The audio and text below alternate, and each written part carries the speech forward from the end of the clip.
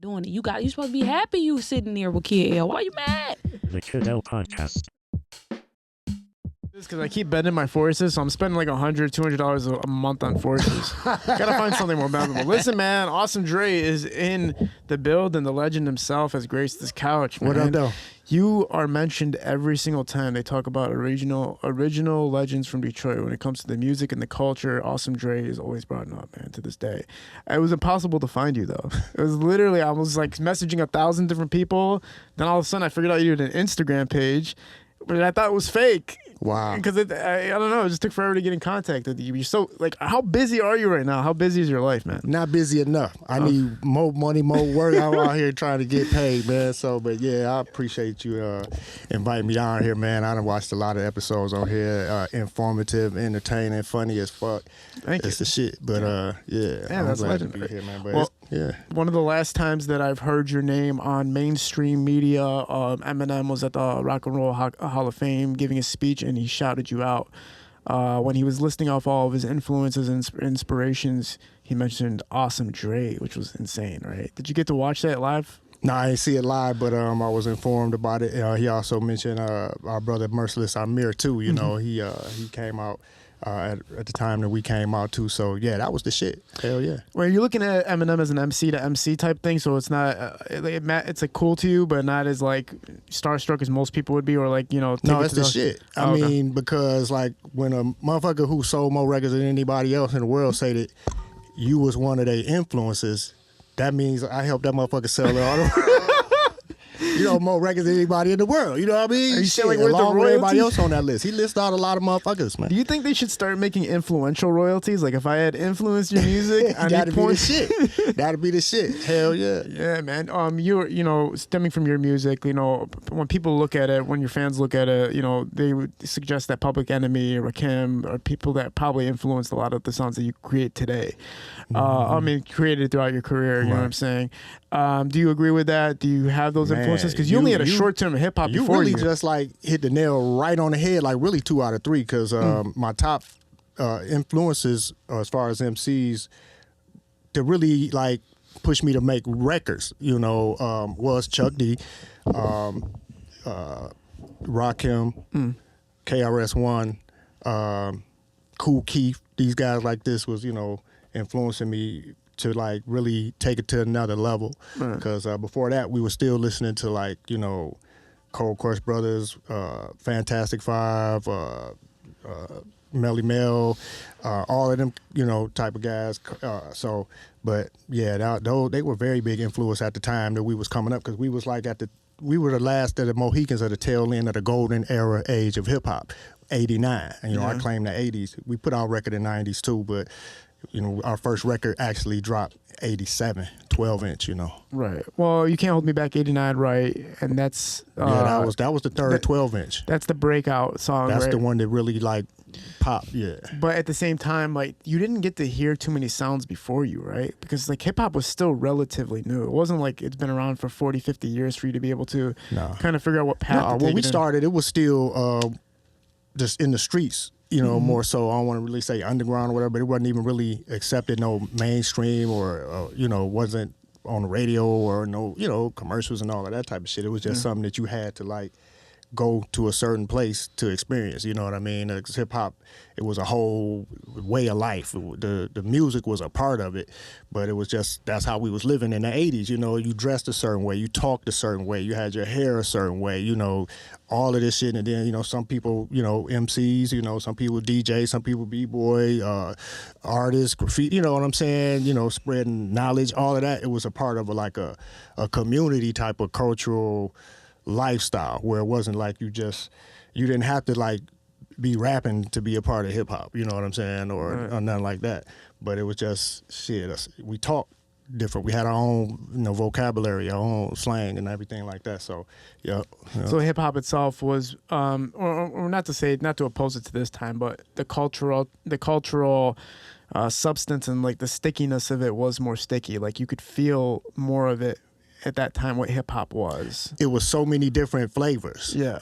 And it was, the reason why it was so many different flavors, because it was a cardinal sin to copy somebody, call that shit biting. You know what I'm saying? You couldn't look, sound, act, talk, walk, nothing like another motherfucker.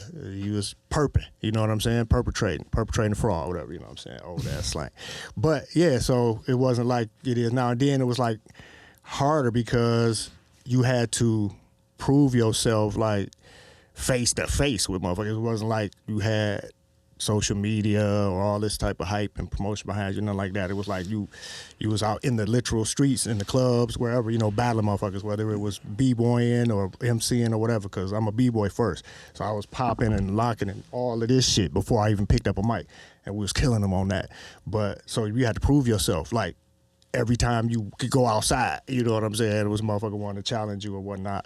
But he built your rep, and motherfuckers, you know, you had to go find people to challenge because everybody be scared by the time they, you know, they hear how you be, you know, demolishing motherfuckers, whatever way it may be. But it was, you had to earn your stripes, you know what I'm saying? Yeah. Or like, oh, I got, you know, 1 million likes or some shit. I'm the shit now. And like the easiest footage to find of that, more so like on the the 90s era, is kind of like what Biggie Smalls did when he was on the corner rapping. You know what I'm saying? Like, and that happened to be caught on tape, so you kind of get a taste of what that might have felt like for people. Yeah.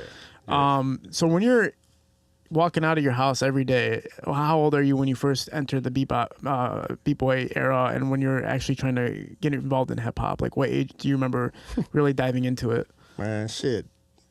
What year Planet Rock came out? 80. So it was before that, really. So I'm like 12, 10, shit like that. Like I said, because I'm dancing. Yeah. I'm already like dancing already. And then when the 80s hit with the Planet Rock and all that, because we were from Detroit, so we was dancing, you know, shit, jitting and funketeering and all these different street dances and shit. You look on the new dance show and the scene and all this shit, and you want to do the shit, you know, copy the shit they doing. Everybody was making up their own shit like that. But yeah, it was shit, 10, 12 years old type shit, you know. Was it, as far as growing up in Detroit, was it kind of like a smooth sailing experience to get into music, or was it? I didn't get into music while I was living in Detroit. Oh, okay. When I was in fifth grade, we moved to Akron, Ohio. Okay. And like I say, I was dancing and shit already. So when I got down there, I was still a dancer. I was a b-boy. And by the time I got to 7th grade, I got in a group called the Poppers, which popping is the name of the dance. If you call yourself the Poppers, you better know how to fucking pop. They won every talent show in the city for some years. They was all in the 12th grade. I was in the 7th grade. No. I made the group on my first audition. They couldn't believe it. We won an Easter talent show, all of that. So I became like a b-boy, like star, because I was young and I was running around with these grown ass men and shit. That's a whole other story about how the motherfuckers initiated me into drinking 40s. When I was in the 7th grade, they was in the 12th grade. Goddamn. But anyway, yeah, I'm dancing, so I'm loving that shit. I tell people that know, and people that do know, I would trade in my whole MC career to relive our dancing career, because it was just so much fun. Yeah. But then by the time like we got into high school, I started transitioning into the MCing. I started writing more. And even before I started doing that, I was like drawing for the rappers, making their flyers for the talent shows. I would draw the full Playboy bunny man with the tuxedo, with the tails, with the Stacey Adams, with the monocle, with the joint in his mouth, with one ear cocked down, with his pocket chain, all of the shit. And I have all of them like Playboy bunnies. With the mics and shit, like, yeah, yo, come see them at the talent show. And I just started writing too and shit. And then next you know, shit, we had our group and shit. Me, my boy Jeff Nellums, Big Jazz, he's still holding it down in Akron. And R.I.P. G Wimp, Garland Wembley. Our first rap group was the Dynamic 3. But that was like, I want to say probably like 10th grade, you know. And at this time, like I say, by the time we got to 12th grade, we was the Slick Six. We was rocking the talent shows, all of that.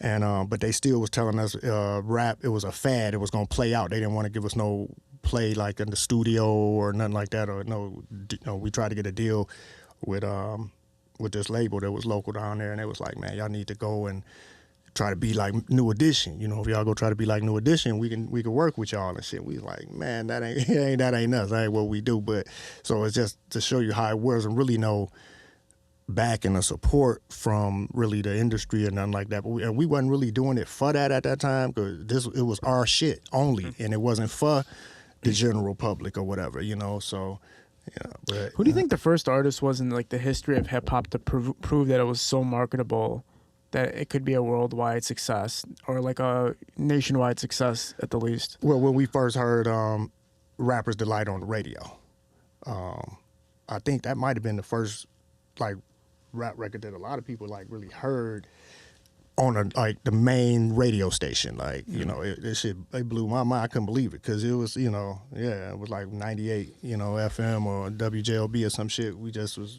whatever, and then that shit came on, and we was like, what the fuck? You know what I'm saying? It was like, you remember that shit, you know. So I think it was probably when that happened, you know. Yeah, so that kind of makes it feel possible at that point. There's more motivation to try to keep pushing. Definitely. You know? So for you guys are winning talent shows. You graduate, I'm assuming. Yeah. And you're just fully dived into music at this point? Nope. I graduated. Long story longer. My senior year, shit, I just had too much fun. I didn't really prepare to go to college like everybody. Well, I ain't gonna say everybody else did, but few people did. But one day, the military came to school and they said, "Do you want to take a ASVAB test?" And I ain't know what the fuck it was really. And they was like, "Well, you get out of half a day of school." I was like, "Oh, I'll sign up and shit." But instead of being in there like a open study hall, bullshitting around, passing notes and joking and laughing like everybody else was, I took the test seriously because I had my name on it. And next thing you know, Army, Navy, Air Force, Marines, and the motherfucking Coast Guard was like trying to, you know, get me in shit. They was coming, taking me to lunch, breakfast, dinner, you know, and it just so happened the Navy told me the best lies. No, I ain't gonna lie. Recruiters is a motherfucker. They'll tell you some shit. You're gonna be an officer and a gentleman and a Navy SEAL, and you're gonna go to college free and get a BMW and a Benz 5,000, and you're gonna have A1 credit, and you know, they gonna tell you all this shit, and knowing good and damn well your ass, you know, you was gonna be on the front line. Like, get your ass. Do people know that about you? Did you sign up for the military? Yeah. I took one of the most infamous pictures in the military history. They think that it's a Photoshop, and Photoshop wasn't even invented back then. But it's like I took my Navy picture like these in a B-boy stance. And the photographer was like, "Hey, man, what you doing?" I'm like, "I'm posing for my picture." He's like, "You can't do that." I was like, "Says who? The president, motherfucker?" He was like, "That's not patriotic." I was like, "Well, is the Patriots paying for these pictures, motherfucker? We had to choose the package you want. That shit costs bread." You know what I'm saying? So I was like, "I'm taking my picture how I want." So that motherfucker overruled this motherfucking policy in the United States motherfucking Navy, and I took my picture like this. I posted every now and then on Veterans Day. People be like, damn, is that real? Yeah, it's real. And then after that, I took a normal one for my mother to put on her mantelpiece and shit, of course, you know, but nah, yeah. So I went in the Navy, man. Went on a world cruise, went around the world, Italy, Spain, Puerto Rico, Mombasa, Kenya, Africa, which was the highlight of my travels or whatnot. So yeah, met a lot of brothers, and it was in the Navy where my shipmates convinced me to pursue the music on a more, because they was like, I used to battle guys from different fucking states and shit like that and demolish these motherfuckers. I remember this one guy from Philly. They wanted to fight before the battle. They was just mad. They didn't like us or for whatever. But I battled the dude from Philly. I beat him so bad that his main man, they like ostracized this motherfucker. They like turned their back on him. They came over and wanted to take pictures with me. I got the picture with this motherfucker, and I had on a shirt that said "Fresh from Detroit." I'll never forget. It was a gray sweatshirt with white letters, "Fresh from Detroit." I took a picture with my man's homeboy after I demolished this motherfucker in a rap battle. And my shipmates was like, "Man, what the fuck, man? If I was you, I'd go in the studio. I wouldn't be up here in this bullshit right here." And it was crazy because we supposed to be on watch. We'd be in the bottom of the ship. One of my shipmates, big white boy, he had the drum machine with the 4 pads on it and shit. I can't remember. What's the name of that, Lo? Yeah, that little Boss drum machine. Doom, ding, doom, boom. We down there making up beats and rapping and shit. You know what I'm saying? We are in the middle of the fucking Indian Ocean somewhere. But it's like, so, yeah, long story longer and shit. When I came back from the Navy, I got with my brother, Fonzo, Alki, and shit, we got on a mission to get in the studio. You know what I'm saying? And shit, that's what we did. Was the Navy like a easeful experience at any point, or What'd you say? Was it easeful at any moment? Easeful? Easeful, yeah. Like, cause you that's a funny the question. the way you glossed over it was almost like we were just chilling, cruising countries. That's a whole motherfucking movie if I tell you about my experience in that shit. I mean, just to get into a little bit of what did it turn out of you? What did it turn you into, or what moments really changed or pivoted you individually? Okay, when I was in boot camp in Chicago, Great Lakes, what they call it. I was a squad leader at first. Then I rose to RPOC, which was the leader of recruit chief petty officer. So I ran the whole company, 90 men, after the CCs went home for the day. And so that was good. You know what I mean? Like I say, the stories that happened at boot camp alone is like at least a 3-part series and shit. Okay. But then like we went to Virginia Beach, Virginia, so I can train to become an operations specialist. And that's when you see the commercials, the old commercials, Bearing 323. They laying there looking at the scopes and shit. You in the Combat Information Center, you know everything that's going on. The captain got to ask you, what's our next move type shit. So I did that. That was like 5 months. So what changed after that 5 months, I was supposed to go to shore duty in the Philippines for 2 years. But they stopped letting us students straight out of school go to shore duty, and they took our orders back after we got like assigned our orders, and they just shipped us wherever they wanted to ship us, and they dropped me on a fast frigate in the middle of the Indian Ocean where the helicopter was too big to even land on. They didn't even have the technology that I just went 5 months of school and was top 10 in the class to utilize. They had grease markers and lookouts and shit, you know, and I was in there shooting motherfuckers missiles on a video game. I mastered that shit. So I was like, they don't give a fuck about me. I'm just a number. But it's like, that's how I go. When you sign up, you got to take the, you know. But I was young. I was straight out of high school. I was, you know what I'm saying? I wasn't really, you know, trying to hear that shit. So I had a few different hiccups and problems in there. But overall, after I look back at it, I regretted it a lot of years after I got out because of how it went down and the things that happened. You know what I'm saying? Like I said, I don't want to waste a whole hour talking about it, but I wouldn't trade it back in.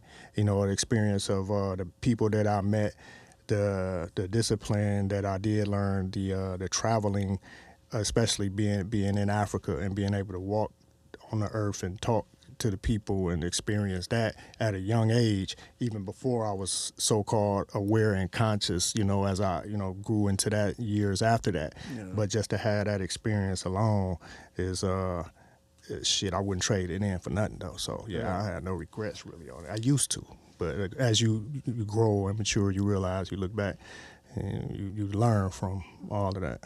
Yeah, and you getting out, it couldn't have just been your friends telling you that you're meant for more. Did part of you just need to leave too itself? Like, hell yeah. I mean, dog, shit happened. I'm trying not to say all the shit that we gonna put on this documentary. Oh, okay, that's cool. No, you gotta. So you're working on the documentary. You gotta save it. You gotta save the sauce. It's some shit that, you know, people gonna be like, I know y'all made that shit up. That's cool. Oh, well, talk about. It can't be true. Talk about you know, you get out, right, obviously, and you're coming back to America. Where's the first? Are you coming back to Detroit immediately? Like, what's your first stop? Yeah, I came back to Detroit. What's your plans as soon as you touch base back in Detroit? Get in the studio, but we ain't had no money to get in the studio, so we had to go work Kelly Services, and we was all at play. What's that shit called? With the cassette tapes and shit. Everybody worked there. 8-track. Oh. Everybody worked at this fucking place with the cassette, with the VHS tapes, and everybody used to steal them and bootleg them and shit. This was way back. Technicolor. Everybody used to work at Technicolor. But yeah, we work at these little temp jobs and shit through Kelly Service. They send you out Livonia, different places. You used to try to make a couple dollars and shit, just enough so we can get up on something. You know what I'm saying? Get up on a little something and make some more extra little money. So that's what we did. Then Fonzo, he introduced me to his homeboy Ivan and Joint and Mike, you know, and they had money. And so I rapped my first record called Hardcore. I rapped it to the Rebel Without a Pause beat, Public Enemy. Like I said, I love him so much. That was like, that's still one of my favorite songs to this day. But I played that instrumental and I rapped my hardcore verse to him over the phone. And he was like, dog, where the studio at? You know, so we went all in there. We didn't know really what it was. Me, X-Man, Fonzo, Ivan, Joint, Tony Tone, Dion, rest in peace, Joint, Scar, I mean, whole hardcore committee. DJ Razorblade was there until Detroit Vice came DJing. Shit, we even stole Prince Vince DJ DED for a minute, you know. He rocked with us on the album and in the videos and shit. But yeah, you know, those times was the shit, you know, because it was exclusive. It wasn't like it was only a few of us, you know what I'm saying? Yeah. And everybody couldn't afford to really go in the studio. They say that debatably Prince Vince was the first Detroit rapper ever. It's debatable that he's one of the... Well, no. Everything cool? We ran out of space on the first card. Okay. Let's take a quick second, take a quick break.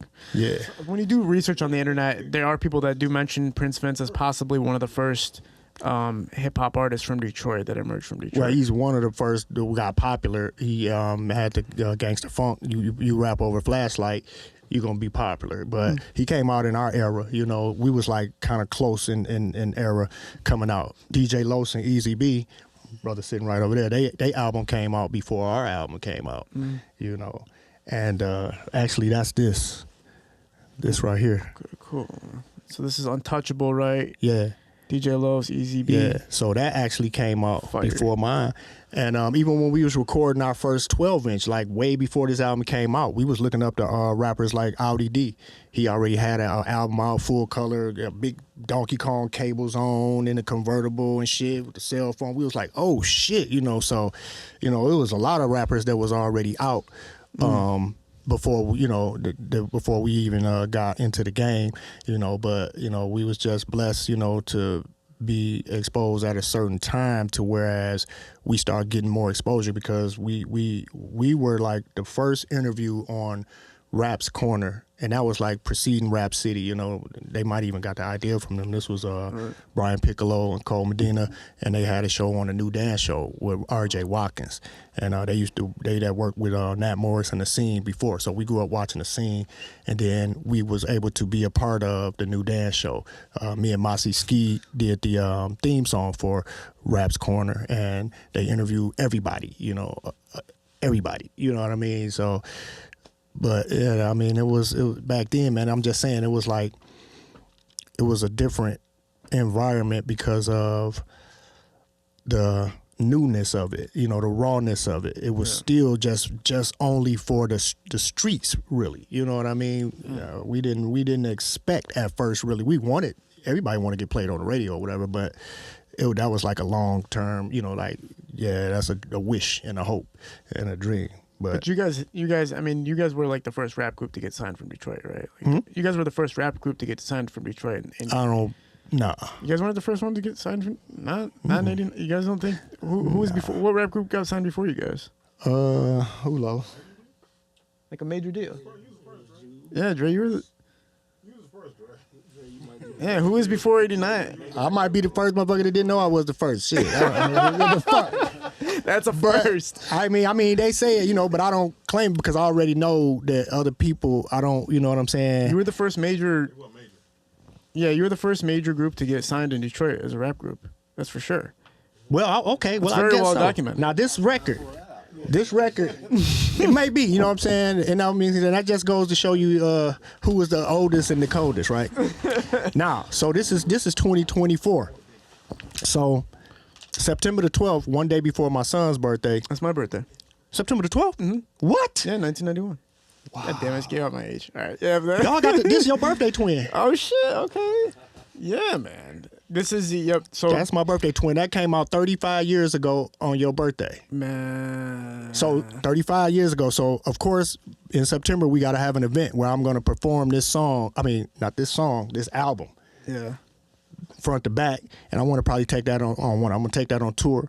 You know what I'm saying? So we looking for support investors, you know what I mean, to get that jumping. I'm sure they want to see that and hear that. 100%. And this album cover, by the way, is the coldest album cover in history. This guy's just literally holding 2 Tommy guns or something. It's just straight up on the screen. So if I read you off some of these names there, is it to you just like just the back of your hand if you hear some of the guys that are a part of this? Like it says here, special thanks to the Wizard from WJLB. he was the first one to ever play one of my records on the He played Hardcore, which is the first record that we ever made in 87.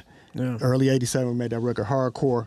And like I say, it was based off of Rebel Without a Pause, really what I wrote the rap to. And we was just randomly, we was on Wyoming and Plymouth, you know, Elmira to be specific, in the building. And we was pulling up coming from somewhere, studio probably or whatever, and the Wizard was on. We listened to the Wizard every night. You don't miss, you tape. You put, you know what I'm saying? You tape that Wizard with your cassette. So we listened to the Wizard and shit. He came on with his intro, all of this crazy shit. And yeah, he'll play nursery rhymes and shit. You know what I'm saying? Shit you never heard. Shit, TV, Star Trek shit. You know, you'd be like, damn, it'd be sweet as fuck. He play all type of shit you ain't never heard too. And we just vibing. And next thing you know, we heard motherfucking Hardcore came on and shit. Awesome Dre, coolest motherfucker since ice trays. I'm having nice days. Home is where my hat lays. Ladies praise the ruckus that I raise. I'm the one that suckers never phase. And what hit us was a trip. We couldn't believe it was playing, but he let it play. The Wizard don't let songs play. It ain't nothing personal. He just got to play a million songs in that mix. You might get 1 bar, 2 bars. He going to the next shit.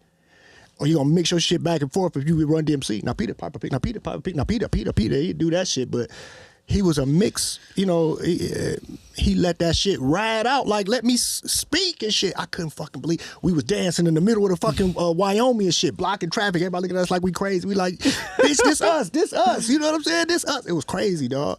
The Wizard, shout out to the Wizard. The mother, he played on 98 FM, WJLB. Man. The whole city heard that shit, and they set it off from there. And this, you guys didn't push it to them; they just found it. They got hold of it. The Wizard just randomly played that shit. You know what I'm saying? I don't know who gave it to him. We had promotion. We had people in the street. You know, R.I.P. Bernard Carter. He was out there working for us. He the one we actually hooked us up to get our first deal in Cali with Bentley Records before we signed with Priority Records. Bentley Records, the ones that came down here and shot the You Can't Hold Me Back video. Okay, cool. And that was before we signed with Priority. Now, you guys were getting offered this opportunity. It must have come to be a shocker for you guys, but what was like the actual arrangement like to get signed? Everybody's goal was to get signed at first. You know, we didn't know the business to be really an independent, even though Ivan and Joint had their company, you know, but they wasn't seasoned in the industry, you know what I'm saying, to be able to make moves like we needed. So when we finally did get our first deal, it was the shit. You know what I'm saying? Got a little signing bonus, you know what I mean? Like you said, he came in town, shot the video. That's when we signed with Bentley Records. And then shortly after that, we all flew out to Hollywood, and we met with Brian Turner, and then we signed with Priority. It was some hiccups in between all that shit with Bentley, and we didn't get paid right, and it was some bullshit, you know what I'm saying? Then when we got with Priority, you know, everything was good, you know what I'm saying? Brian, we ain't never had no problem with Brian Turner. He hooked us up. We only dealt with him, you know, and we call him at home or whatever, you know, if we needed a problem. And a lot of people didn't like that. They want us to go through the chain of command and talk to this person and that person. Like, we'll just talk to Brian, and he would hook us up. I remember he was like, yeah, my partner just got a new company, and what size boots y'all guys wear? We gave him all our size boots, 9, 10 pair of size boots, and he sent us all these fresh boots, and they end up being high techs, the tactical boots and shit, like the police and shit wear. And so we had them shits when they first came out.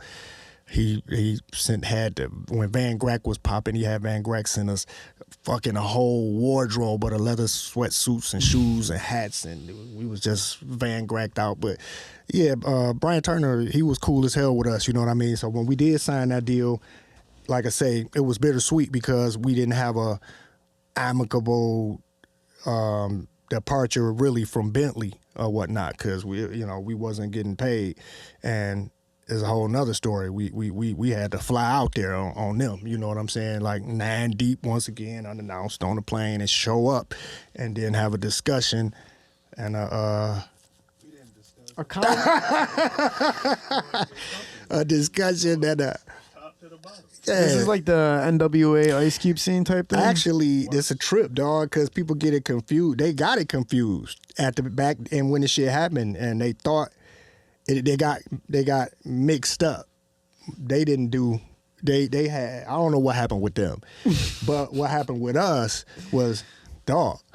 We went out there and we handled business. You know what I'm saying? And we came back with evidence against the company that they owed us money and all of that, so they really couldn't even do nothing. You know, we got threatened with extradition and all that, but none of us got nothing happened. Yeah. Imagine jumping on the plane, a motherfucker talking to you crazy as hell on the phone, like, and you like, what the fuck? Call the airport, hey, we need 9 flights. Oh shit, ain't none. They are tonight. Okay, fuck it. First thing in the morning then. First thing in the morning, we in LA. We get in a cab to go to the location.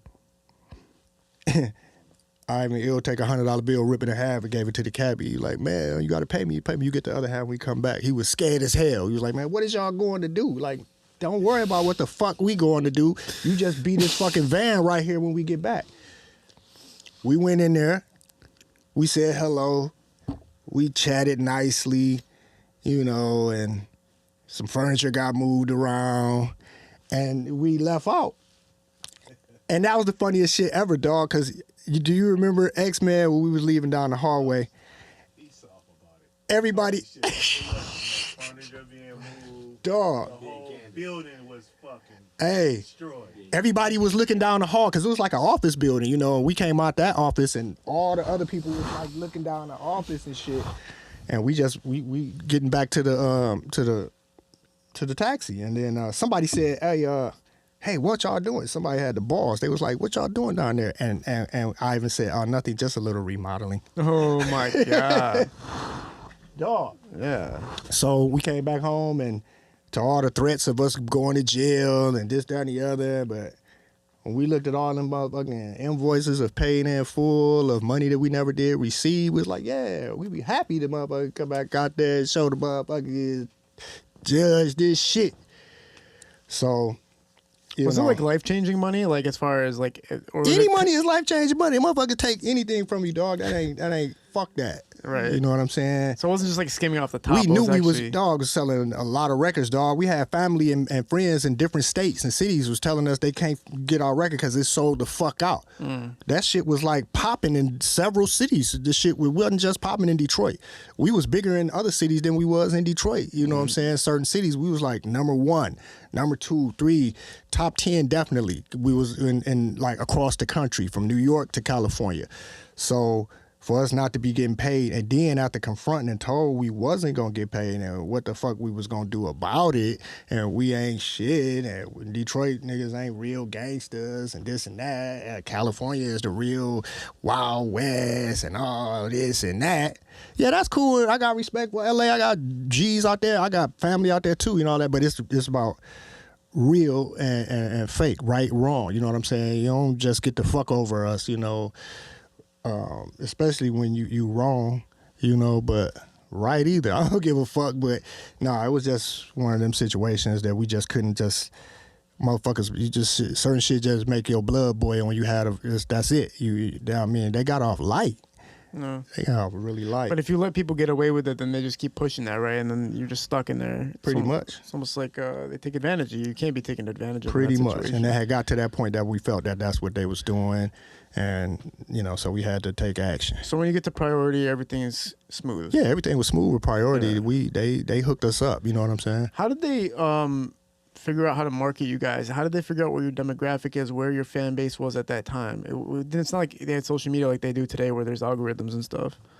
I don't know they strategy, but by them having NWA and by being not only that, Priority, Brian Turner, they had like K-Tel compilation. They was the first motherfuckers putting out mixtapes low key. Like when you look at go to Kmart back in the day and they had best of the 70s, best of the Beach Boys, best of this. That was them, you know, and they had the California Raisins, you know what I'm saying? Them motherfuckers went platinum. I don't know how many times. They was selling records. They was getting paid. They knew how to sell, you know, no matter what. They had a lot of artists. If you really look back on Priority's history and roster, man, you'll be amazed at how many people was benefited by going through their machine. But they just put that shit out in the streets, you know what I'm saying? And you had to have motherfuckers that was in the city out there going up, putting posters on the wall, taking your record to the store, to the D, you know, like physically just, you know, we was one of the first to have like billboards of our album, and that was on the second album with Babatunde put out AD's Revenge. We had billboards of that up across the city. Shout out and rest in peace B Def too. That motherfucker had his face on the back of buses and shit, driving across the city and shit. We was like, what the fuck? This motherfucker got advertisements on the bus, city bus? Yeah. But yeah, so we did that back in the early 90s. But Priority was just like, they knew how to hustle, you know what I mean? They would put your shit out. They wasn't scared. They put advertisers in, whole page ads. Our ads, they was advertising us right along with NWA and Eazy-E shit, you know what I mean? Because we was label mates, you know, at that time. Even at the time when they had to fuck the police, the feds came down on them hard as hell, and they was threatening them, and they was scared. Everybody was scared. They didn't want to fuck with no hardcore shit or whatever. They was still pushing that shit out there. So, but yeah, they just was smart, and they had a lot of resources and connects. You know, we got out there and they started hooking us up with the people that shoot everybody's videos. You know, when we shot Frankly Speaking, man, we was out there on the movie set, you know, and real Hollywood shit. And they let us be like a part of the process and, you know, be involved with it and everything. And we end up hiring the film crew to come film for our second album, a couple videos, the same crew that had shot with us when we was a Priority. But yeah, so. Are you guys reaching at that time? I don't think MTV was out at the time, right? Yeah, MTV was out like motherfucker. Yeah. Okay, MTV's out. Are they circulating you at that time? We eventually got on MTV. We was on BET first. We was on the box like a motherfucker. Where you dial that shit in and it just pop up. That shit was going so crazy too. But yeah, we was on we were on MTV, BET. Yeah, it was the shit. You know, those are the biggest voices, right? The biggest platforms you could have to get exposure as artists and groups at that time, right? Hell yeah. When we went to go do BET, it was crazy because I didn't know Public Enemy was going to be interviewed that same day, and I ended up meeting Chuck in the limo. And he knew who I was and shit. And he told me he had this fucking album. I couldn't fucking believe this shit. Yeah. I gave this man my T-shirt. He took the shirt off of his back and put on my T-shirt immediately. Wow. And then said, "You want to hear my new song?" I was like, what the fuck? He gave me the Sony Walkman with the cassette. I put that shit on. It was Welcome to the Terror Dome. 6 months before it hit the streets. I couldn't fucking believe it. I'm like, oh my God. I'm like, dog, you my idol. We get to BET. I do my interview. I'm geeked. I'm geeked as hell. I go sit to the side. He's like, where you going? I'm like, shit, I'm done. He's like, you ain't got to go nowhere. You can sit right here. I said, what? Dog, I'm sitting there. He interviewing Public Enemy. I'm still there, like just sitting there chilling. This man got on my T-shirt. He said he referred to me in the conversation. I was just happy to be there. I'm damn sure wasn't going to interject and be like, yeah, right. I was just sitting there like, just happy to be there.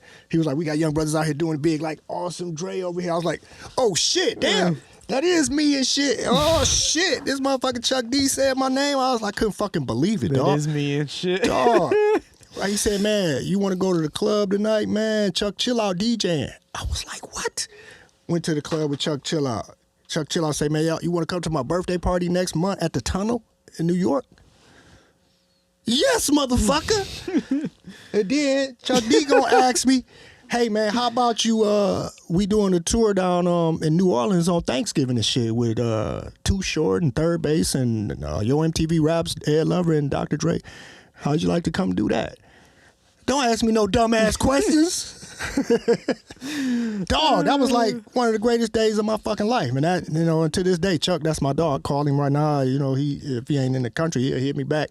But since then, we done been on tour with Public Enemy at least 3 times. And I love that brother. He done hooked me up on various occasions. One of my mentors. Do you remember what year that interview was that you guys had met up at? Yeah, of course. That was 89. 89, right? Mm-hmm. Yeah. And for you didn't realize that there was a mutual respect towards your artistry and what you were providing. No, they was like superstars to me. You know what I'm saying? It's like I grew up, like I say, totally Rebel Without a Pause is why I made my first song. I patterned everything after him on that song. But to even see him randomly because when we got in the limo, he was in the front with the driver. We didn't know who he was, but I just thought it was ghetto that the driver had his homeboys riding with him to come pick us up. Like in Detroit, and back in the day when we used to catch a cab got his whole family in that motherfucker with him and shit. You be like, damn, dog, you risking it all, ain't you, and shit? I'm on a mission up in this motherfucker. You got your goddamn family in here and shit, dog. I think I need to get another cab. But anyway, so I heard him talking and shit. If you hear him talk and you already know who he follow, I'm like, damn, that sounds like fucking Chuck D. He didn't know they was coming to pick me up. He just was riding with his boy in a limo, going to pick up whoever. And he looked on our itinerary and shit. He was like, oh, awesome, Dre. I was like, yeah. Like, damn. I was like, man, I got all your albums. He said, I got your album in my collection. Man.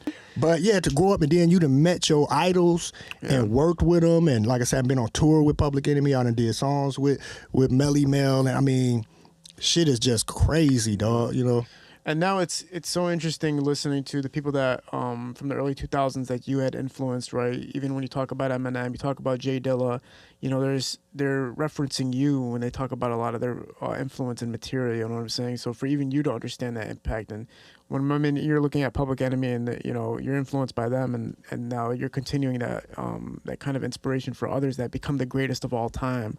How does that happen as far as your creative process is concerned, and as far as your etiquette to the process of creating songs and putting yourself out there and marketing yourself?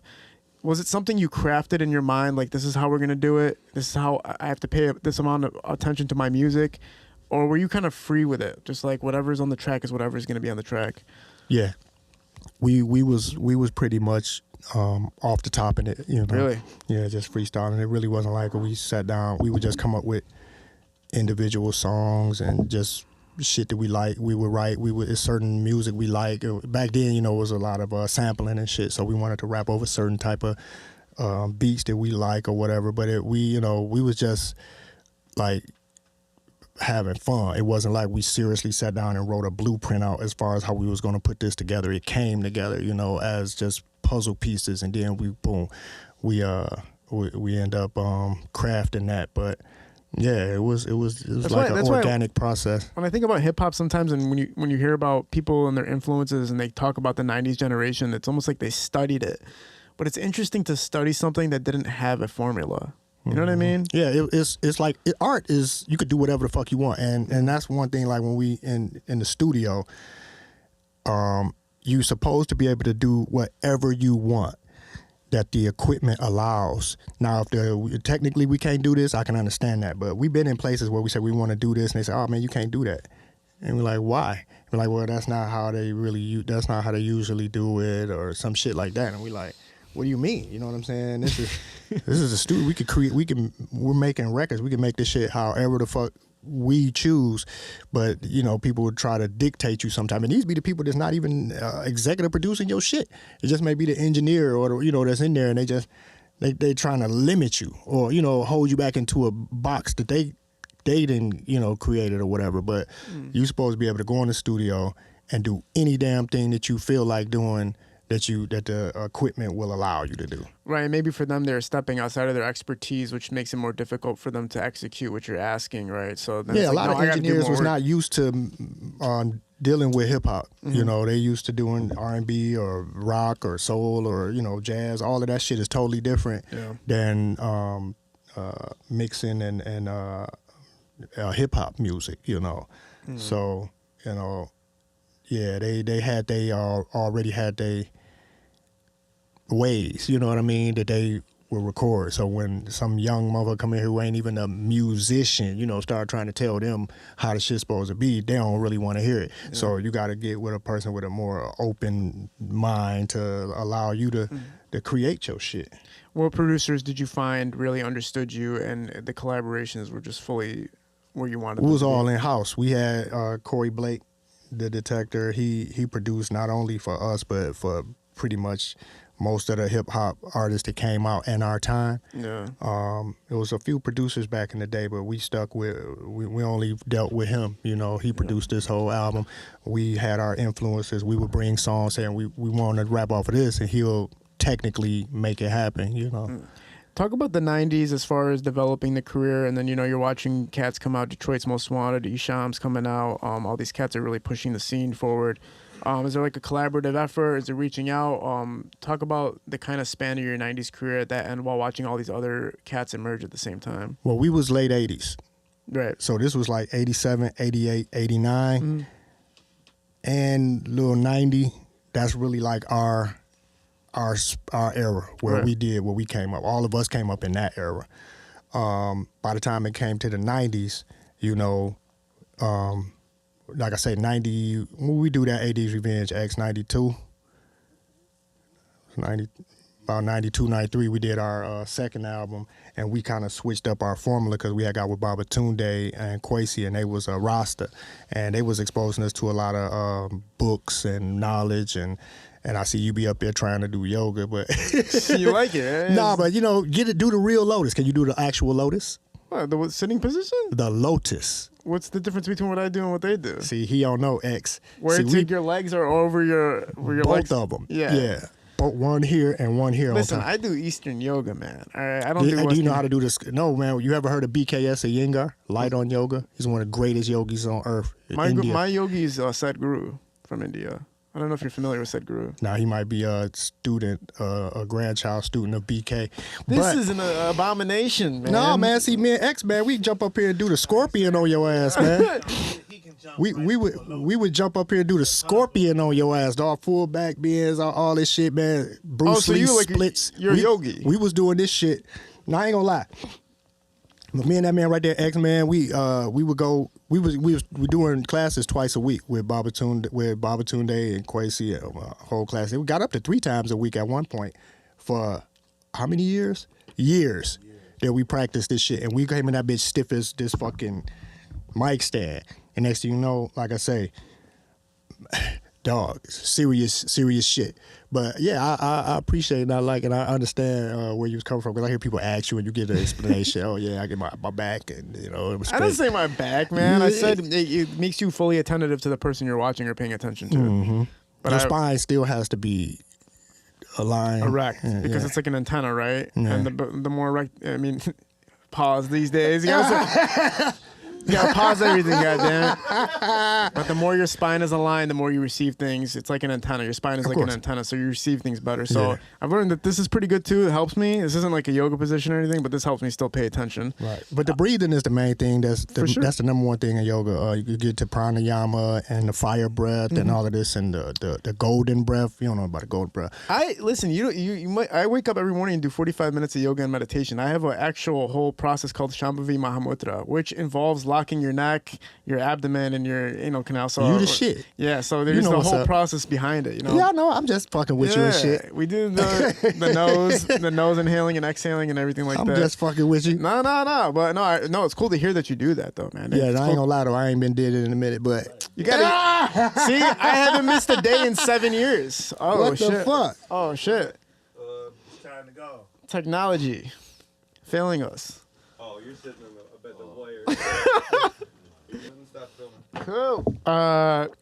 Let's talk about modern day hip hop, man, for a second, right? I'm sure everybody, you're like Bigfoot, bro. You just pop up, everybody's, what the fuck, Awesome Dre? What the fuck you doing here?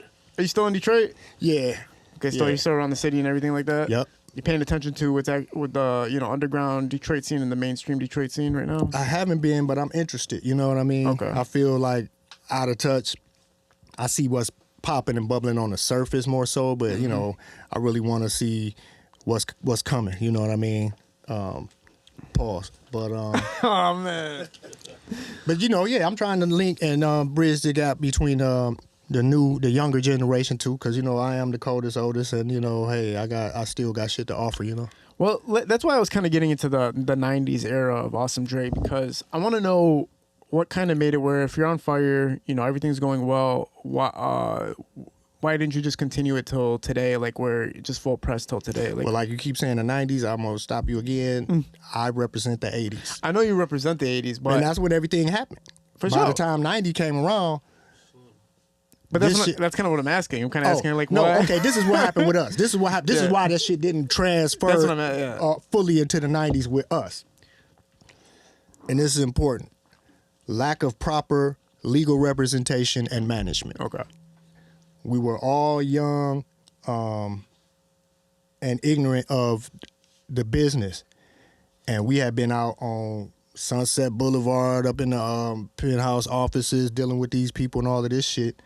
And didn't even have unbeknownst to us, didn't even have a real fucking lawyer out there to negotiate for us. Oh, he wasn't a real lawyer? Nah, we didn't know this shit. Not only that we found this shit out after they had investigated them out there, didn't they? The motherfuckers in L.A. And found out not only because they was trying to see where his L.A. license to practice law for California was. And they fucked around and found out not only was this motherfucker not licensed to practice law in California, he wasn't licensed to practice law in Michigan. And my executive producer hired him, and he was supposed to be representing me.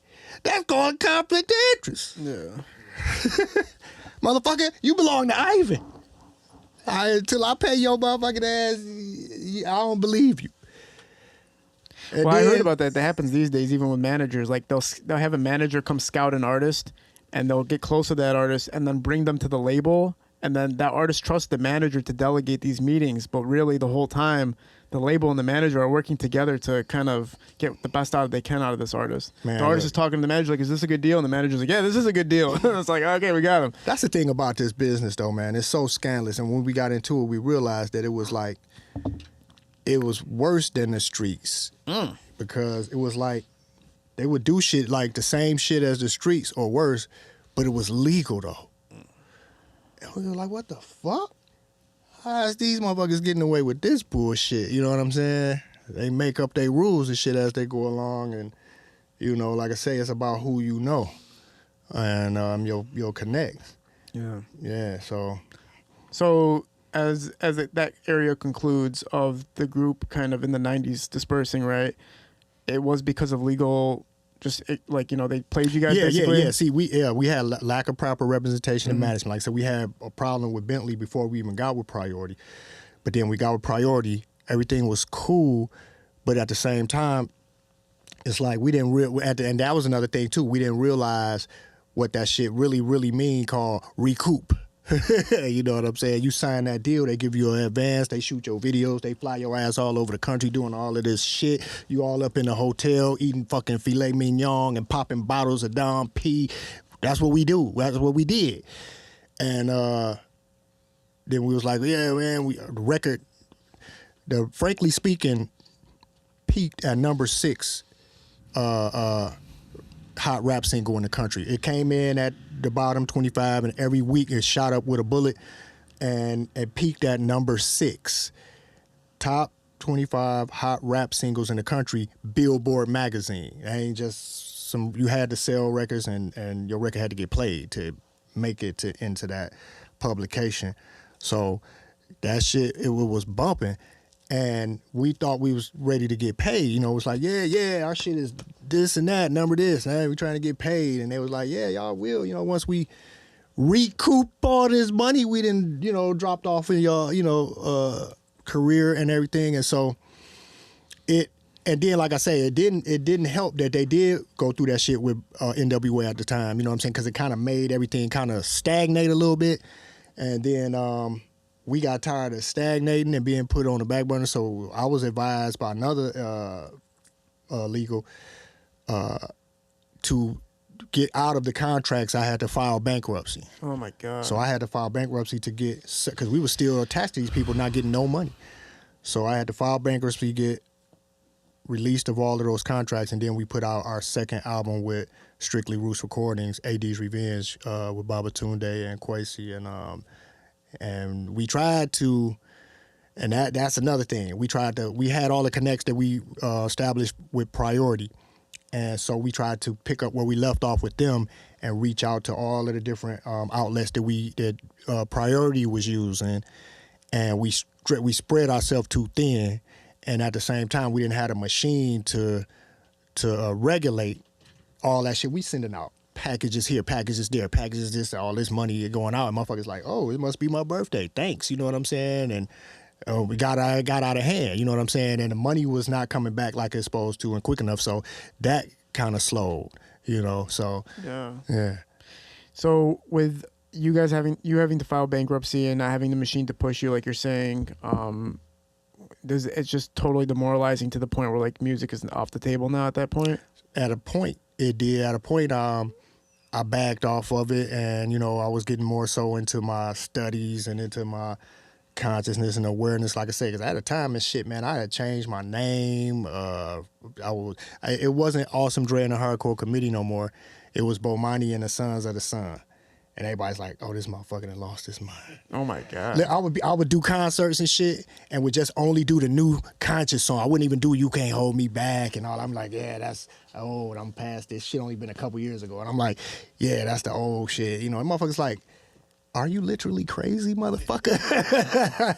And I guess I was slightly, you know what I'm saying? I kind of snapped out of it after a while, and we got disenchanted. We got frustrated because the shit didn't go how we wanted it to go. You know what I'm saying? And so, it died down. And by that time, the next generation had came, and they you know, it was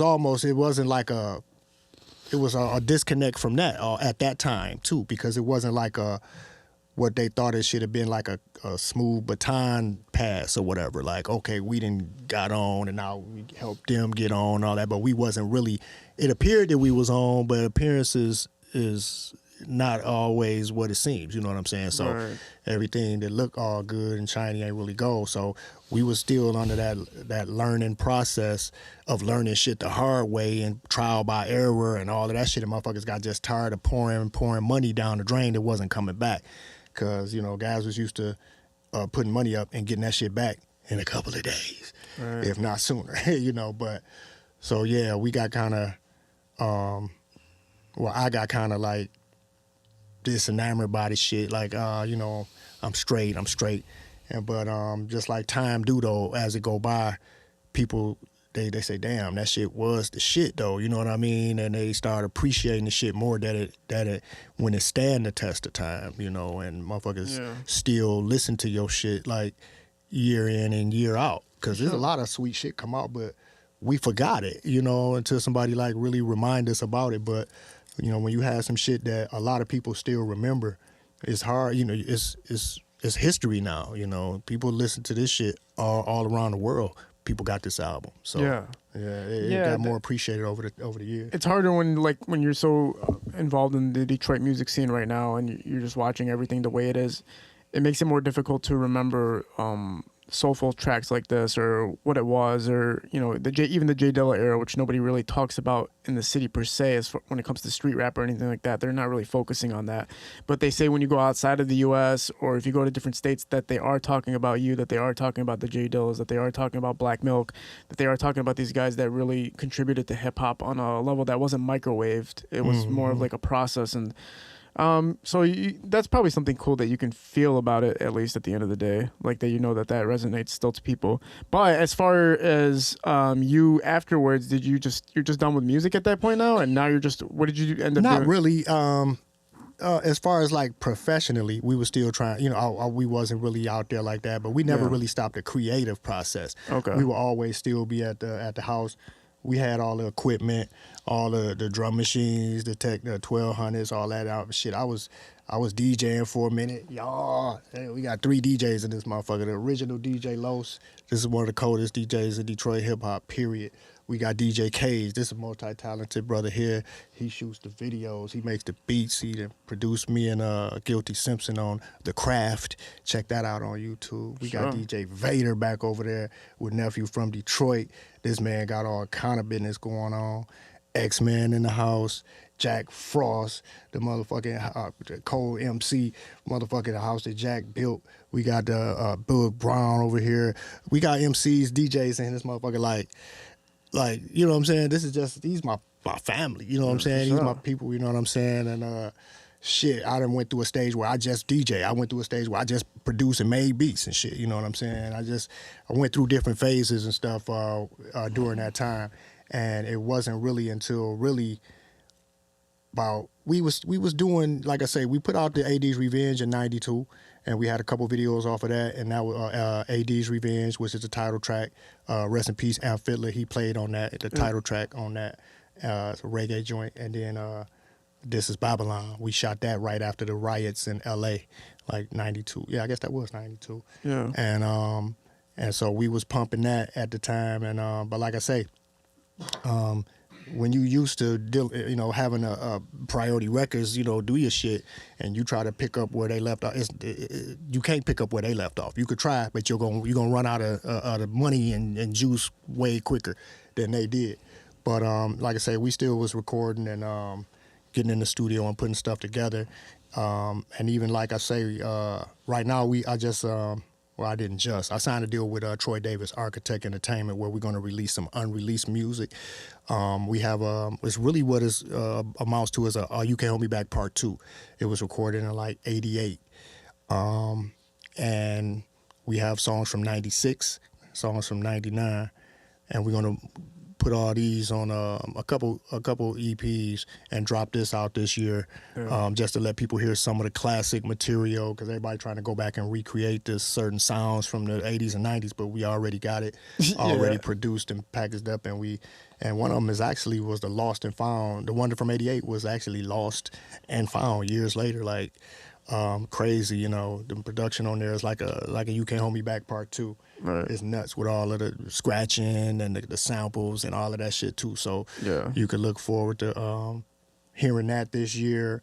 Got also a project with Troy Davis called a Taurus Project with me and DJ Los, who's also a fellow Taurus. That's overdue. We probably have one song for that ready by the time May roll around. That's the goal.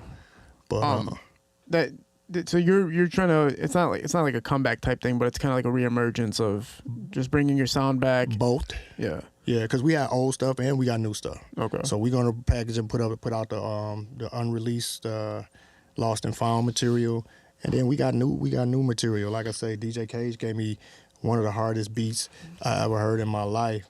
That I'm gonna record. Got beats from DJ Los. Sure. Got beats from Uncle Josie, Killer Smooth, several producers. I ain't really never stopped that creative process, but I did get away from it. I got a son, I work, and I can't, we used to just be creative mode 24/7, It's hard to do that when you get grown. But but we got some plans. You got a couple more minutes. I want to ask some more personal stuff that I personally want to know. Yeah, it's a lot of the stuff that I know a lot of the hip hop heads want to know. But me personally, like when I'm, again, you're always referenced anytime we talk about Detroit history, Detroit artists, people who started it all. Your name always gets mentioned, and to watch the Detroit music scene develop. Now I know, like you said, other cities were really feeling you guys. You guys weren't just limited to Detroit. You good? Fuck no. That's the best response to somebody coughing. That's one of them straight down the windpipe bullshit. Yeah. I'm about to die out this bitch on live fucking TV. You just close it out with that? Just choking out to death. He literally died. All right, that was it, boys. Straight down the fucking windpipe? Dog. One drop of water. You guys weren't... Damn near drown my ass. With Detroit music, right, just on a personal note, did you get Detroit's acceptance fully as far as you being surrounded by Detroit, or was your sound still kind of different enough where it was more other cities helping you build your name and your reputation as a group? I think that was both though. Like I said, Okay, because cool. of course we got love here, Yeah. but it surprised and shocked us. Like I say, when we go to Houston or DC, LA, you know what I'm saying? I mean, these people, I mean, and it's a trip though, because the people that be telling me this be like some of my favorite fucking rappers. I meet them and they be like, oh shit. You know, they be hitting motherfuckers, hey, this awesome track. I'm like, what the fuck? You know what I'm saying, motherfucker? I listen to your shit. They be like, oh, no, dog. It's like one of the things that blew my fucking mind the most, we was at the Palace watching Wu-Tang and Rage Against the Machine. I think this was like, had to be 96 or some shit like that. But we was backstage and Method Man came off the side of the stage and went to go fuck with the crowd and shit, you know. And I was standing right there by the steps, and something told me, you know, yeah, holler at him. But then something told me, no, man, this motherfucker working, you know, don't holler at him. And then something else told me, man, don't swing on this nigga's nuts. You know what I'm saying? You know, let him live. So he up there fucking with the crowd, but I'm looking at him how he fucking with the crowd. He up there kicking it with these motherfuckers like it ain't shit. You know what I'm saying? He went in the crowd at the Palace. This was at the fucking Palace at Auburn Hill. So I'm saying, oh, motherfucker, he's feeling, he feeling cool. He might not, man. So he come back, and I let him walk past, and he was going back up the steps, and I was like trying to play cool. I'm like, nah, fuck that. I was like, dog, you know what I'm saying? I was like, man, y'all the shit, man. I appreciate y'all. You know what I'm saying? I'm on some Dre. You know what I'm saying? Hardcore comedian. He was like, yeah, that's what's up. And he went on back up the steps, and he stopped before he got to the top of the steps. And the motherfucker turned around, he said, come back, he said, who you said you were? I said, Austin Dre and Hardcore Comedian. That motherfucker grabbed my neck, man. Damn near knocked me down, dog. He was like, I can't fucking believe it. We used to listen to your album when we used to eat rice with ketchup on it and shit. I was like, oh, hell no. That's crazy. I was like, how we was turned out when they album came out and we was listening to that shit, dog. That's all we was listening to, you know what I'm saying? And I'm like, for him to say that they was listening to my shit when they was eating rice with ketchup on it as they meals, nigga. Man. I was like, wow. So that shit blew my mind. But man, that's insane. Yeah, I done met, I mean, a lot of people, man. De La Soul, when we was out there with them at the Pine Knob, man, and seen Dave and Eminem, and I was like, damn, De La Soul, what's up? He was like, oh, I'm like, what the fuck? You know what I'm saying? Like, you don't know. I didn't know. You know what I'm saying? I just thought, because it's different when, like I say, it's one of the people that you listen to and you done bought their albums and they done blew the fuck up. These people done blew the fuck up, you know what I'm saying? And they knew who we was, you know, that was the shit. Insane, that shit feel great. It was that's insane, man. It's like you're meeting people that you just would never know. You know what I'm saying? You would just never know how much they fuck with you, bro. Man. Talk about another note of it. Now you're watching the Detroit music scene transpire, right? You're an influence into what the Detroit music scene has become till this day. But also, especially during the late 90s and early 2000s, these guys are literally saying that they were influenced by you. You know what I'm saying? So what was it like watching that scene explode? Because obviously Eminem comes out of it, who becomes one of the biggest artists in the world, and he's influenced by you. You're watching Jay Dilla, who is a huge influence, and he's always talked about to this day. You're watching Proof, rest his soul, but always, referencing the cats that helped him, he was influenced by, which is you. What was it like watching that era, knowing that you influenced it or helped influence it, and it became a mega star of an entity, which was, Eminem's career, D12's career, and everything like that? I mean, it's a mixture. You be proud, you be jealous, because you want that money. You know what I'm saying? You want to go sell millions of records too. You know what I'm saying? But it was like a lot of things that we say, as far as our era goes, we regard as being like before our time. And before our time really mean before they accepted that shit in the mainstream public and start giving out big money and things like that. I remember when Rakim and Eric B and Rakim got $1 million fucking contract. We couldn't fucking believe it. We was like, these motherfuckers didn't did it. You know what I'm saying? And they did. They set the precedent for that shit. You know what I'm saying? And they deserved it for the foundation that they laid and the way that he influenced MCs, everybody that heard him, But yeah, it's it make you feel like I say the more the time pass by and you go and you be out and about and you get to feel the love and people give you your flowers right then. You know what I'm saying? For a person to just say, man, you made me believe that I could do this shit, or when I saw you do it, we was just so, you know what I'm saying? Or this record was, made me feel this way, or this is my favorite record, or anytime, say you get one person to come up and tell you some shit like that, it's a humbling experience, you know what I mean? Because we all had the egos, we come out, oh, we the best, we the best, we the best. But like I say, we was still, we had a friendly competition more so in the era that we came up in the late 80s, as far as like the Detroit's Most Wanted, AWOL, Prince Vince, Smiley, Boss, DJ Lowe's Easy B, Chaos and Maestro, Champtown, Jack Frost, The Merciless Amir, Help Me Out, Isham?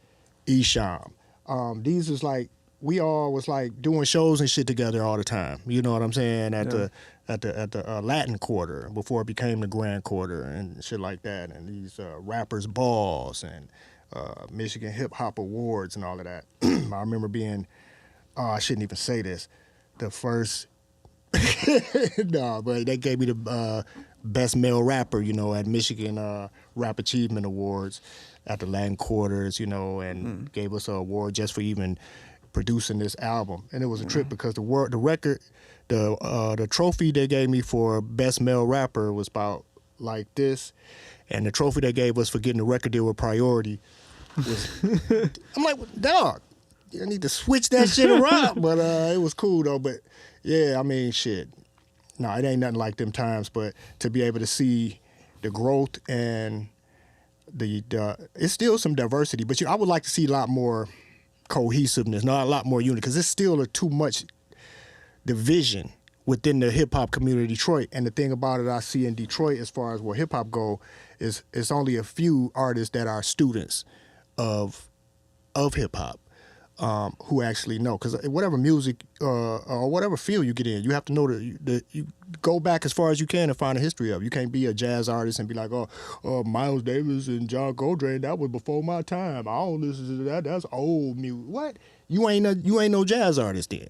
If you don't know who these people are, you don't gotta like them or listen to them all the time or whatever, but you at least have to be aware of them. You know what I'm saying?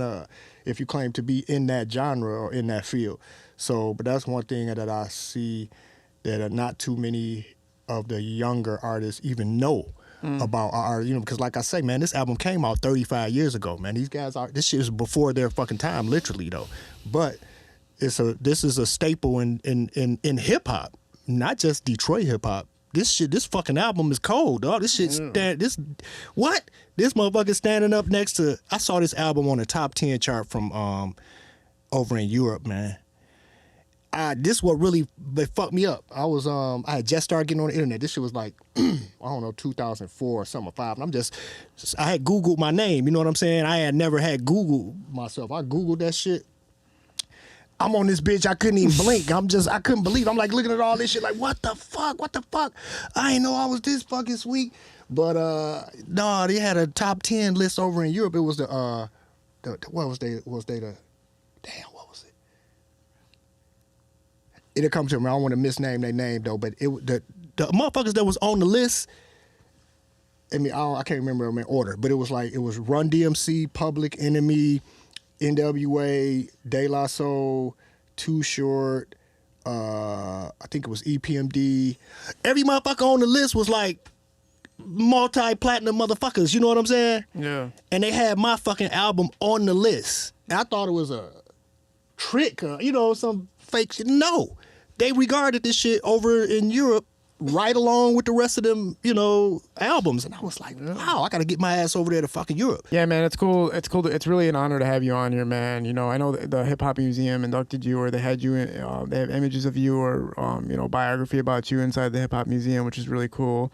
Eminem shouting you out and his speech, talking about all the people that were most influential to him, all these major successful artists at the mainstream level and even the underground level always cite you as being a humongous influence to them. So, you being a part of this is part of hip hop history, and thank you for allowing me to be a part of it. You know what I'm saying? Man, thanks for inviting me, man. I appreciate y'all. We need to get you back on the map, right? I got it all planned out in my mind. I know exactly how to do it. So just text me throughout the week, and I'll be like, "This, just make the music. That's all you got to do." Oh my God! And then I'm gonna tell you what to do to explode, because you definitely can still be rocking the scene, bro. Yeah. Cause see, I'm not really like social media savvy type shit. You know what I mean? Like you said, I got an Instagram, but do I even post on that motherfucker? I thought it was fake when I first seen it. Right. So. I mean, even I looked on my Facebook. I think the last post I did was my son's birthday, which is a day after yours and shit. That's September the 13th, 2023, and I ain't even. You know, I got to get my shit popping, man. I got to get my shit centrally. I promise you I'm going to help you out with that. located. We're going to get you back in the scene, and we're going to get this stuff really rocking and rolling and back to where it should have been. Because, like you said, if you go back into listening to your music, that shit is unreplicatable, and it still stands the test of time. And anything that does that needs to be revisited, right? Let's do it. We're at Parallel Sound Studio, High Low Visuals, shooting these productions. Awesome Dre was in the building. We're out. Peace.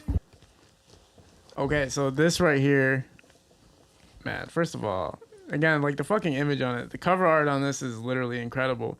But inside of it is something I've never seen before, and I don't know how, if this is a new concept. Or you can probably, you should probably pull it out. This is your baby. Yeah. So this one here, you mentioned this cover here. This is funny, man, because this cover is actually a reproduction. Our second 12-inch we had it called Lame Loser. LL stands for Lame Loser. I don't like you. Cool Moshi, How You Like Me Now? I Don't Like You. And a song called Out of Reach. 3 songs on an EP called with Awesome Dre and Hardcore Committee. And it was an image of them on their knees with Tech Nines. That was the whole album cover. Damn. That was our second 12-inch.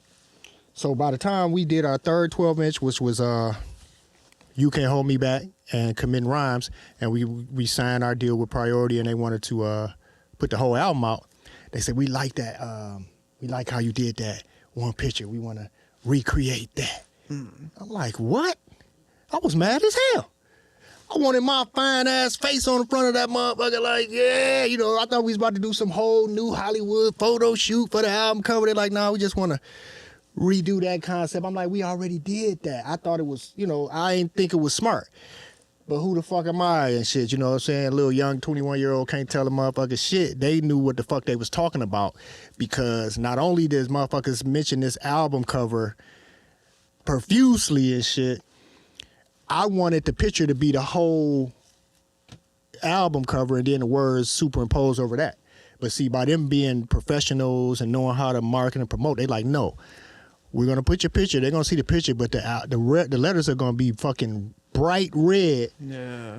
Because we had cassettes and shit back then, and you know your shit is up there with all the cassettes, and you come in the record store and you look, you wanted this shit to jump out at you, whatever was jump out at you. Let me see what that is. You know, that's how it was, because you was digging in the crates, you was in there trying to find some new shit that everybody ain't got. It wasn't like now where you just listen to whatever is on the radio already, and you know you happy with that. We wanted to hear something that wasn't on the radio yet. You were discovering on your own. We was discovering music like every week. You know what I'm saying? So they was telling me the reason why they did this, you know, and the shit worked, you know, and so yeah, man, like so pull on that CD September, out for them to see the red CD, the red CD in there, or the red record in there. Man, look, this jumped off 35 years ago, and we're gonna celebrate in September with a concert where I'm gonna perform this whole record and hopefully take it on tour and perform the whole record. This is what this record looks like. Yeah. This is a special edition right here, Record Store Day, remastered by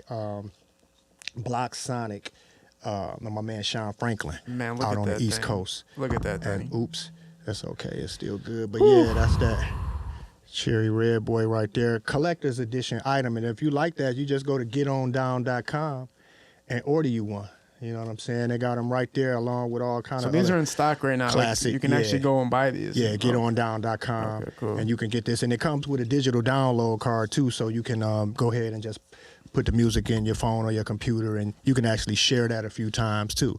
Cool. So, you know, yes, it's a good deal. You know, the company it does it back like in the day and show the rest of the releases that they coming out with on the album. That's kind of sweet too. Get everybody get their shine on everybody's album. So I'm on this album was on the back of all of those albums. You know, get a little promotion and stuff.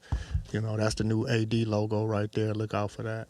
But yeah, man, this thing here right here, I'm proud of this thing, man. And it stood the test of time. 35 years, man. We about to set it off.